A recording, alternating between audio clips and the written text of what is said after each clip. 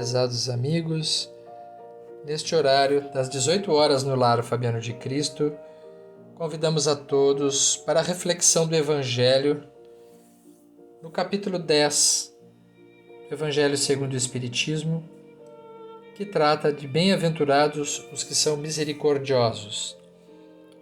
No item Perdoai para que Deus vos perdoe, Jesus diz o seguinte: Bem-aventurados os que são misericordiosos, porque eles próprios alcançarão misericórdia. Se perdoardes aos homens as faltas que cometem contra vós, vosso Pai Celeste também perdoará vossos pecados. Mas se não perdoardes aos homens quando vos ofendem, vosso Pai também não perdoará vossos pecados. Se vosso irmão pecou contra vós, ide acertar a falta em particular entre vós e ele. E se ele vos ouvir, tereis ganho o vosso irmão. Então Pedro, se aproximando, lhe disse: Senhor, quantas vezes perdoarei ao meu irmão quando pecar contra mim? Será até 7 vezes? Jesus lhe respondeu: Não vos digo que apenas 7 vezes, e sim 70 vezes 7 vezes. Ou seja, já naquele momento Jesus, através dessa figura de linguagem, recomendava o perdão sempre.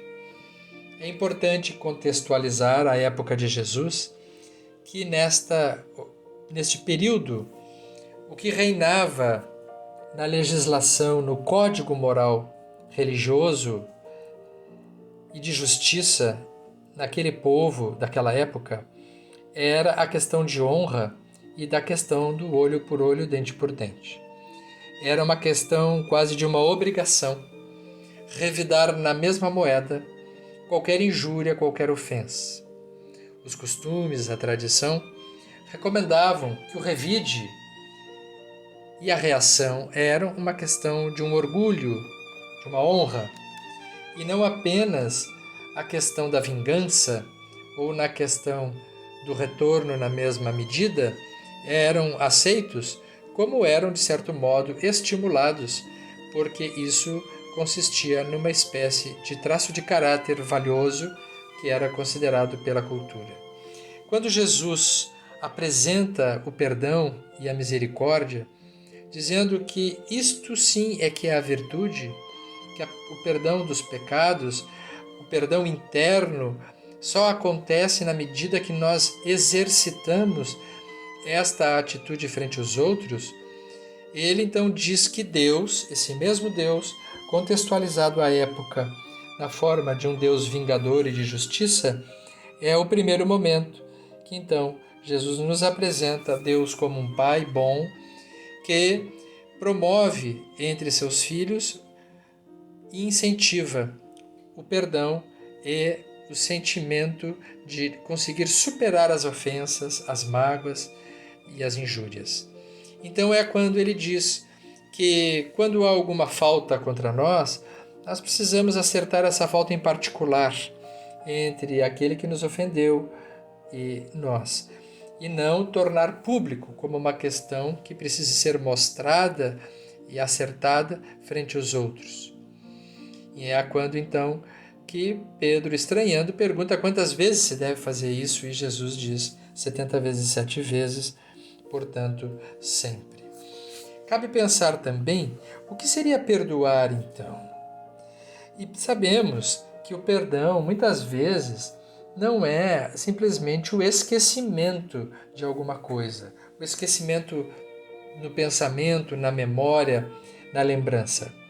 Perdoar é, antes de tudo, a superação do ressentimento, a capacidade de ultrapassar aquela mágoa, aquele estado interno que permanece no campo da emoção. A falta do perdão não está na memória, portanto, e sim no sentimento, na mágoa que permanece. Se trata de extinguir a mágoa, ainda mesmo que se lembrando do fato. É um processo que acontece no coração mais do que na mente. E é por isso que se diz misericordioso, misericordioso, misericordiosos, porque córdia vem de coração. É um processo que acontece no mundo íntimo. Uma pessoa ressentida, ela pode até se esquecer conscientemente de algum infortúnio do passado, mas não extinguir a emoção do acontecimento, que pode permanecer vivo no psiquismo, no campo emocional daquela pessoa. E isso permanece dentro dela como, por analogia, podemos dizer, como um alimento mal digerido, que da mesma forma que no corpo físico um alimento provoca perturbações digestivas, no campo emocional, uma mágoa e um ressentimento promove perturbações emocionais que, psiquicamente mal digeridas, levam a estados psíquicos que são desvantajosos para a própria criatura. E é por isso que Jesus recomenda perdoar sempre, ou seja, resolver essa questão dentro do mundo interno. Porque o grande beneficiado do perdão não é quem é perdoado, e sim aquele que perdoa. Porque o primeiro passo do perdão é, portanto, o indivíduo se mover na direção de uma atitude que inicialmente não vise uma retaliação. O primeiro passo do perdão, pois, é não se vingar, é não reagir. E não apenas não se vingar fisicamente, mas mentalmente. Porque às vezes a pessoa não faz nada, mas fica desejando que alguma coisa ruim aconteça para outra pessoa.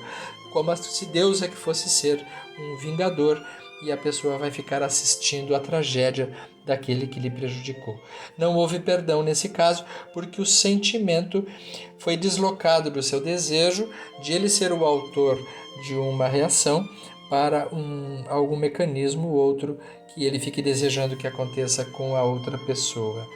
Então é necessário alguns passos para a superação desse ressentimento, dessa mágoa, e obviamente que é necessário todo um trabalho interno.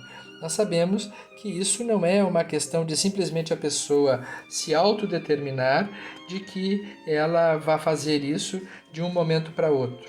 É, sem dúvida alguma, um trabalho de desenvolvimento, de caminhada, mas que Jesus já tinha razão, que por trás dessas situações não perdoadas, dessas contendas, é logicamente que surgem os grandes embates na vida dos indivíduos.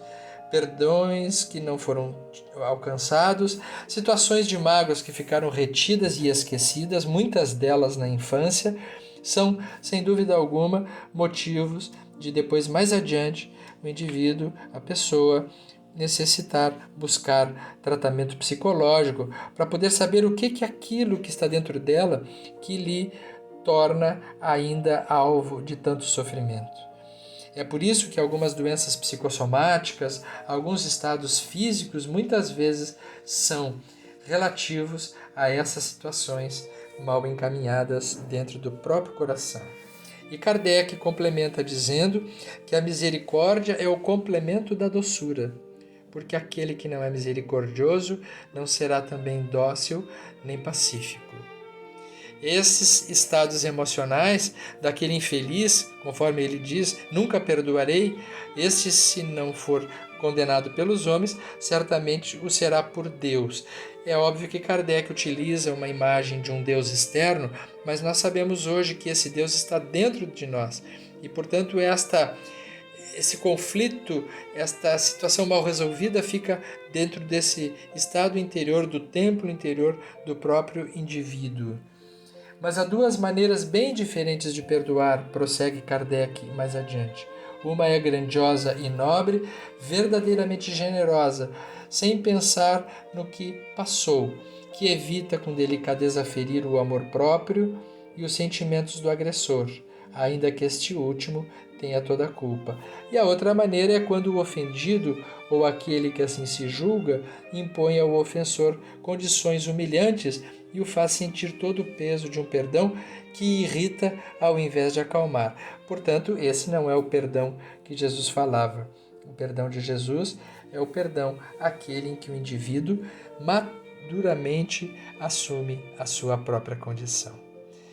Que o Mestre possa nos inspirar, porque muitas vezes sozinhos nós não conseguimos alcançar esses estados superiores, somente através do amparo e da proteção que pode nos tornar capazes de alcançar dentro de nós instâncias mais sublimes, superiores, para nos relacionarmos melhor uns com os outros. Que Jesus nos ampare, hoje e sempre. Que assim seja.